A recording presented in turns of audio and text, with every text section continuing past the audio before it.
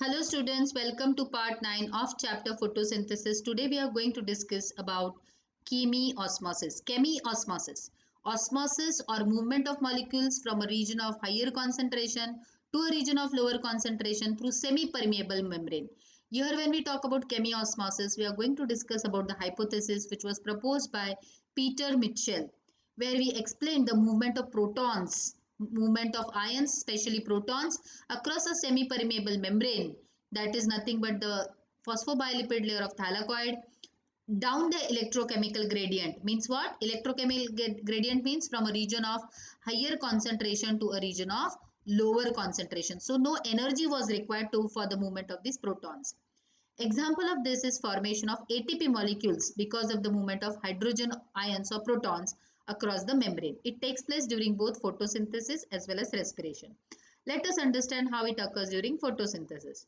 So this is thylakoid, which is lying in the stroma.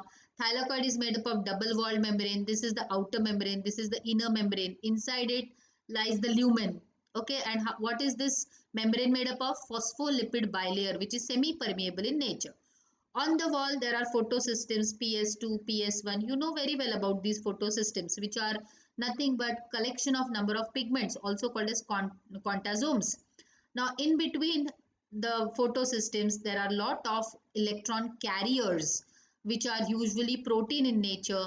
So, this one of the example of the electron carrier is cytochrome complex, which is made up of, for example, you had studied in non-cyclic photophosphorylation, plastoquinone accepts the electron which is given out by PS2 and then it passes this to cytochrome B6 and cytochrome F.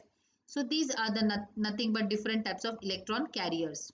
Now let us see what is happening. Plastoquinone, it passes the electrons from plastoquinone to cytochrome B6 and then from cytochrome B6 it passes to F. Meanwhile, when they are transporting the electron, one more interesting thing is carried out by the cytochrome. They allow the transport of protons from the stroma. Look at the diagram, how the protons, hydrogen ions, are passing from the stroma inside they are moving, they are coming inside the lumen because of osmosis, movement or special type of diffusion from a region of higher concentration to region of lower concentration. These protons are coming inside from the stroma, inside the lumen because of concentration gradient. So it does not need energy. One more thing takes place in non-cyclic photophosphorylation when PS2 is participating. This black color square which you are seeing is nothing but consider it as water. Uh, this water molecule in presence of sunlight, it splits up forming three important components. One is 4OH ions, it forms a lot of protons and it forms electrons. What happens to the electrons? Electrons are given back to PS2 because PS2 becomes deficit, if you remember non-cyclic photophosphorylation. These protons are given to NADPH, but they when before giving to NADPH the concentration is increasing continuously in the lumen. And what happens to 4OH? This 4OH is converted into water molecule and also it forms oxygen.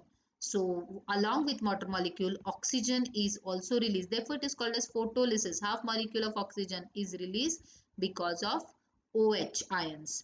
So I hope you followed this photolysis of water. Now what is happening? Because of photolysis of water, the proton hydrogen ion concentration is increasing in the lumen. There are two reasons why protons are increasing in the lumen. First, they are coming through the cytochrome, transported by the cytochrome from the stroma inside the lumen, and second due to photolysis of water. Now what happens? There is a enzyme which is present on the wall of the lumen. It is called as ATP synthetase. This ATP synthetase is made up of two parts, a F0 protein part and a F1 particle, channel-like protein part. So all these protons, when their concentration increases in the lumen, they start moving outside through the F1 particle into the stroma and they start coming out through the stroma, and energy is not used by them because they are moving from a region of higher concentration to a region of lower concentration, passive transport.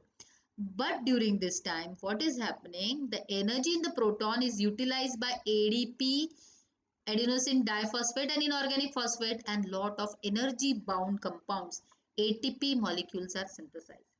This special type of movement of protons from a region of higher concentration in the lumen to lower concentration in the stroma through semi-permeable membrane is called as chemiosmosis. And this was the hypothesis which was explained by Mitchell, Peter Mitchell. Look at this again, one more diagram if you can see.